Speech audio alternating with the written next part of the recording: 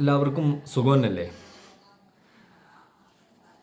Hi, നമ്മുടെ പുതിയ വീഡിയോയിലേക്ക് തൻസീൽ ന്യൂസിൻ്റെ പുതിയ വീഡിയോ ആണ്. അതിലേക്ക് നിങ്ങൾക്ക് എല്ലാവർക്കും സ്വാഗതം.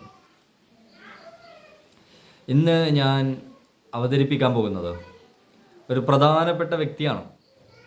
ഈ പ്രധാനപ്പെട്ട വ്യക്തി എന്ന് പറഞ്ഞാൽ ഇന്നിപ്പോൾ നമ്മുടെ ഫലസ്തീനിലെ കുട്ടികളെയും വൃദ്ധന്മാരെയും നമ്മുടെ ഉമ്മമാരെയൊക്കെ ചുട്ടുകൊല്ലുന്ന ഒരു രാജ്യമുണ്ട്. നിങ്ങൾക്കെല്ലാവർക്കും അറിയാതെ ആ രാജ്യം ഏതാണെന്ന്.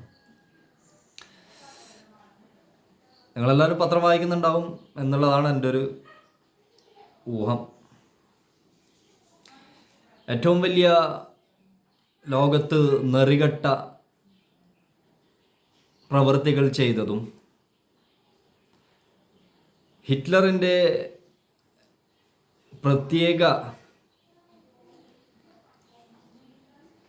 കൺവെട്ടത്തുണ്ടായിരുന്ന ഒരു രാജ്യമല്ല, അന്ന് ഇവരൊരു പല ഗ്രൂപ്പുകളായിട്ടാണ് തരംതിരിഞ്ഞിട്ടുണ്ടായിരുന്നത്. ലോകത്തിൻ്റെ പല ഭാഗത്തായിട്ടാണ്. ഇസ്രായേലുകൾ, ജൂതർ. ഇപ്പോൾ ഈ കഴിഞ്ഞ ആഴ്ച നാം ഇവരുടെ ഒരു പ്രധാനപ്പെട്ട വിവരം പത്രത്തിൽ വന്നിട്ടില്ല. പക്ഷെ അതൊന്നും പത്രത്തിൽ വരാറില്ല, കാരണം പത്രത്തിൽ ഇതൊന്നും കൊടുക്കാൻ പാടില്ല എന്നാണ്. എന്നാൽ ഇതൊക്കെ ന്യൂസുകളായിട്ട് മറ്റേ പല വഴിക്കും എന്ത് ചെയ്യുന്നുണ്ട്, നമ്മളെ പോലെയുള്ള ചെറിയ ന്യൂസ് സംവിധാനങ്ങളിലേക്ക് എത്തിച്ചേരുന്നുണ്ട്. ചാരവൃത്തിയിൽ പേരുകേട്ട രാജ്യമാണ് ഇസ്രായേൽ. ആദ്യം തന്നെ പറയട്ടെ, ഇത്രയും വൃത്തികെട്ട ഒരു പ്രവൃത്തി ചെയ്യുന്ന ഒരു രാജ്യം ലോകത്ത് വേറെ ഉണ്ടാവില്ല.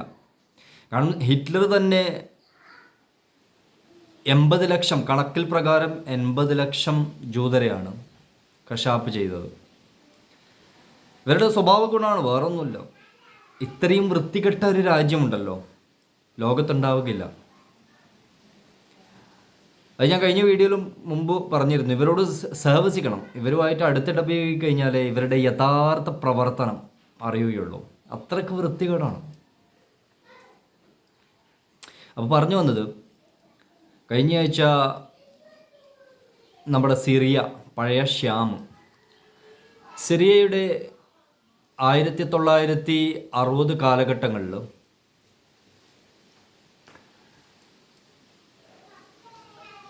അവിടെ ഒരു ഇൻ്റലിജൻസ് സംവിധാനങ്ങളൊക്കെ വളരെ പര്യാപ്തമായ രീതിയായിരുന്നു.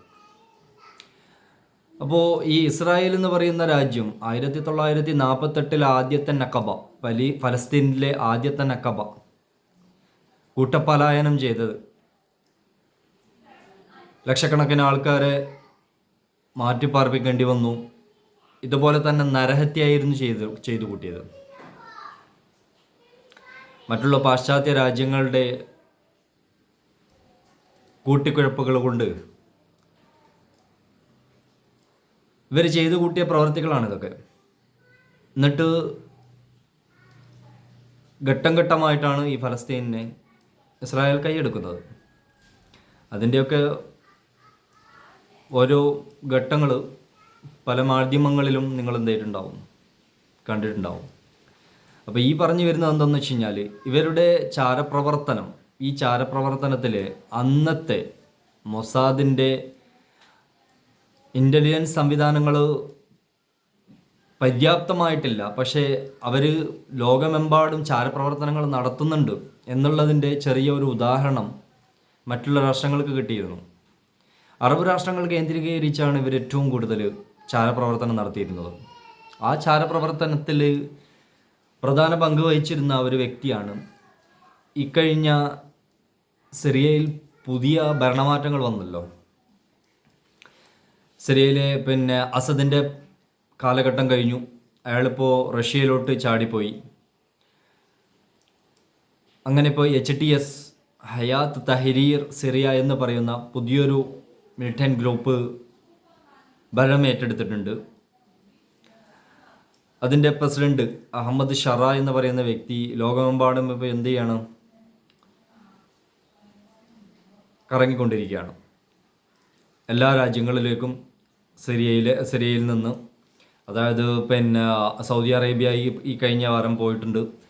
പിന്നെ അവിടെ ഇപ്പോൾ ട്രംപുമായിട്ട് അമേരിക്കൻ പ്രസിഡൻറ്റുമായിട്ട് ഇയാൾ പിന്നെ ഇത് ചെയ്തിട്ടുണ്ട്. ഇങ്ങനെ പല കാര്യങ്ങളിൽ ഏർപ്പെട്ടുകൊണ്ടിരിക്കുകയാണ് പുതിയ പ്രസിഡന്റ്. ഇനി അത് വരും കാലഘട്ടങ്ങളിൽ അറിയാം എന്താണ് ഇവരുടെ യഥാർത്ഥ പ്രവർത്തനങ്ങളെന്ന്. ഈ എലി കോഹൻ എന്ന് പറയുന്ന 1960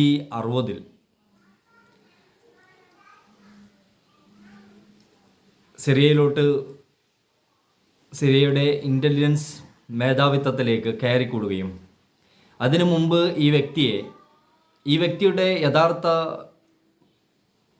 വരവ് എങ്ങനെയെന്ന് വെച്ച് കഴിഞ്ഞാൽ, ഇയാൾ അലക്സാണ്ട്രിയയിലാണ്, അതായത്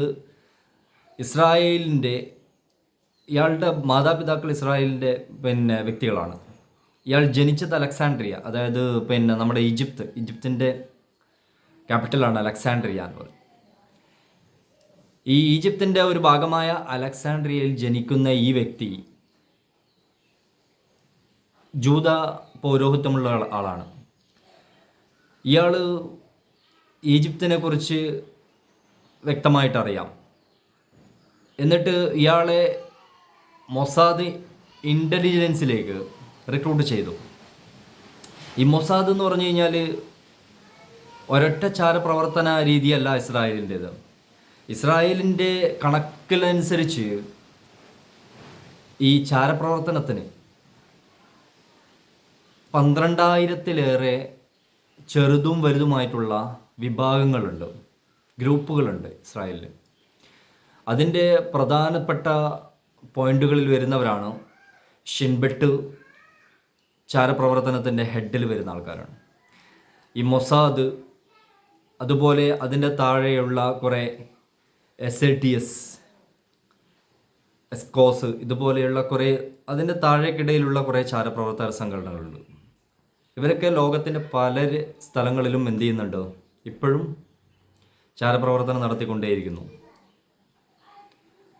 പല ഇൻ്റലിജൻസ് മേധാവികളുമായിട്ട്, പല രാജ്യങ്ങളുടെ ഇൻ്റലിജൻസ് മേധാവികളായിട്ട് ഇവർക്ക് ക്ലോസ് റിലേഷൻഷിപ്പ് ഉണ്ട്. ഇതൊന്നും പുറത്തു വരാത്ത കാര്യങ്ങളാണ്. പക്ഷേ മാധ്യമ പ്രവർത്തന രീതിയിൽ അന്വേഷണാത്മകമായിട്ട് നമ്മളൊക്കെ ഇത് ചെയ്യുന്ന സമയത്ത് ഇതിൻ്റെ കുറേ കാര്യങ്ങൾ എന്ത് ചെയ്യുന്നുണ്ട്. അത് നിങ്ങൾക്ക് അടുത്തപ്പോൾ അതിൻ്റെ വീഡിയോയും കൂടിയുണ്ട്. ഈ എലി കോഹൻ എന്ന് പറയുന്ന വ്യക്തിയുടെ അയാളുടെ ശേഷിപ്പുകൾ, ഇയാളെ 1960 റിക്രൂട്ട് ചെയ്തു. എവിടത്തേക്ക്? സിറിയയുടെ ഇൻ്റലിജൻസ്. ഇയാളൊരു ബിസിനസ് പ്രോഗ്രാമുമായിട്ടാണ് സിറിയയിലേക്ക് കടന്നുകൂടുന്നത്. 1924 ജനിച്ചു. 24 ജനിച്ചിട്ട് ഇയാൾ ബാക്കിയുള്ള കാലയളവിൽ ഈജിപ്തിലെ അലക്സാണ്ട്രിയയിൽ ഇയാൾ എന്ത് ചെയ്തു? മാതാപിതാക്കളുടെ കൂടെയായിരുന്നു. ഇയാളുടെ പിതാവ് മരിച്ചുപോയി. പിന്നെ മാതാവ് വേറെ ആർക്കോ കല്യാണം കഴിഞ്ഞു. അങ്ങനെ പിന്നെ അവരെ വിട്ടു നിന്നിട്ടാണ് ഇയാൾ ജീവിച്ചിരുന്നത്. ആ ജീവിതശൈലിയിൽ ഇയാൾ മൊസാദിൻ്റെ കണ്ണിൽപ്പെടുകയും ഇയാളെ ഉപയോഗിച്ചിട്ട് എന്ത് ചെയ്തു? ചാരപ്രവർത്തനത്തിന് വേണ്ടി ട്രെയിനിങ്ങുകൾ കൊടുത്തു. നല്ല ട്രെയിനിങ്ങാണ് കൊടുത്തേക്കുന്നത്, ചെറിയ ട്രെയിനിങ് ഒന്നുമല്ല. ഈ ട്രെയിനിങ് കൊടുത്തിട്ട് ഇയാളെ സിറിയയിലെ ഇൻ്റലിജൻസിലേക്ക് കയറ്റി. ആദ്യം അവിടെ ഒരു ബിസിനസ്സിലെ പാർട്ട്ണർഷിപ്പായിട്ട് അങ്ങനെ കയറിക്കൂടി. ആ കയറിക്കൂടിയിട്ടാണ് ഇയാൾ എന്ത് ചെയ്യുന്നത്? അതായത് ഈ മനുഷ്യൻ്റെ ഏറ്റവും താണ പ്രവൃത്തിയാണ് ഇസ്രായേൽ എന്ന് പറയുന്ന രാജ്യത്തിനകത്തു നിന്നും ലോകമെമ്പാടും പ്രവഹിച്ചുകൊണ്ടിരിക്കുന്നത്. ഇവരൊരു വൈറസാണ് ശരിക്കും പറഞ്ഞാൽ. മനുഷ്യ ശരീരത്തിനും ബുദ്ധിയുടെ മസ്തിഷ്കം തന്നെ മരവിപ്പിക്കുന്ന ഒരു ശൈലിയാണ് ഇവരുടെ ഈ ചാരപ്രവർത്തനം. ഇത്രയും നെറികെട്ട ഒരു പ്രവൃത്തി ചെയ്യാൻ ഇവരെ കൊണ്ടല്ലാതെ വേറെ ആരെ കൊണ്ടും ആവില്ല. അത്രക്ക് നെറികെട്ട രീതിയാണ് ഇവരുടേത്.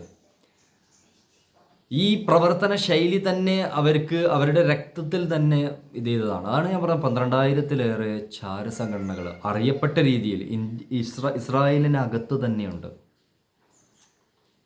പക്ഷെ അതിനെയൊക്കെ മറികടന്നാണ് ഹമാസ് എന്ന് പറയുന്ന പലസ്തീനിൻ്റെ മിലിറ്റന്റ് ഗ്രൂപ്പ് എന്ത് ചെയ്തത്? ഒക്ടോബർ 7 ഇവർക്ക്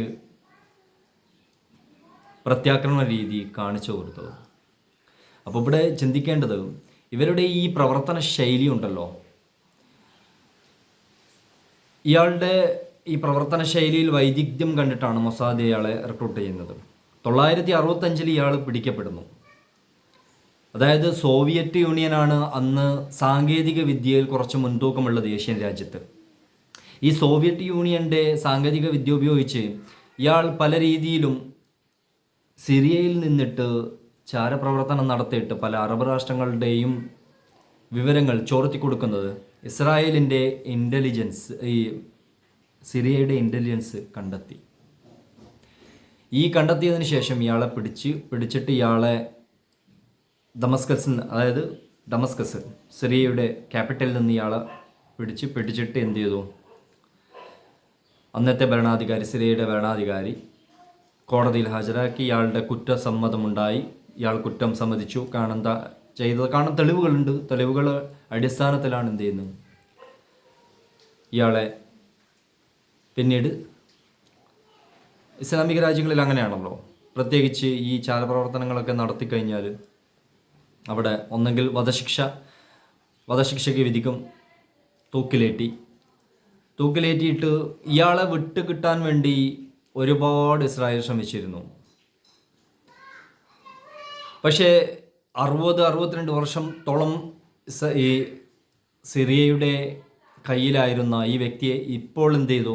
അയാളുടെ ബോഡിയല്ല, അയാളുടെ ശേഷിപ്പുകൾ, അയാൾ ചാരപ്രവർത്തനം നടത്തിയിരുന്ന അയാളുടെ വീട് സിറിയയുടെ ഇൻ്റലിജൻസ് മൊത്തം കൈകാര്യം ചെയ്തു. അയാളുടെ എല്ലാ ശേഷിപ്പുകളും അതുപോലെ തന്നെ മ്യൂസിയത്തിൽ സൂക്ഷിച്ചിട്ടുണ്ടായിരുന്നു സിറിയയുടെ.